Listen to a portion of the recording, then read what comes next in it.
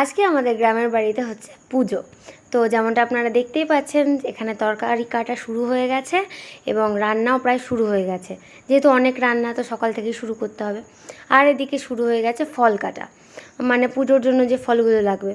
এখানে মা, জেঠিমা এনারা শাক কাটছেন। তো এদিকে পুজোর জোগাড় যন্ত্র সব শুরু হয়ে গেছে, পুরোহিতও চলে এসেছে। কাকু এদিকে পুজোতেও বসে গেছে। তো পুজোটা এখন চলছে, দেখুন আপনারা সকলে।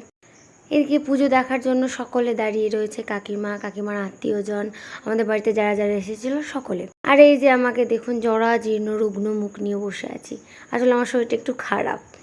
তো এদিকে কাকিমা আবার সন্ধ্যের জন্য লুচি মাখা শুরু করে দিয়েছে, ময়দা মাখা শুরু করে দিয়েছে।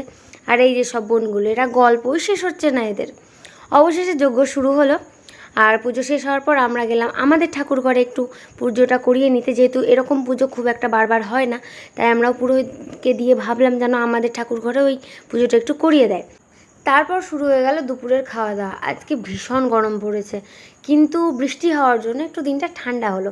তারপরেই চলে এলো আমাদের বাড়িতে কীর্তনের জন্য লোকজন অনেক ছিল। খুব ভাল লাগছিল এরকম অনেক দিন পর একটা কীর্তন দেখতে।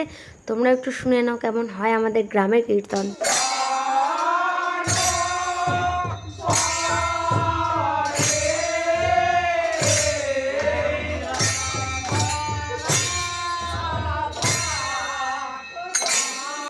সারাদিনটা বেশ ভালো গেল।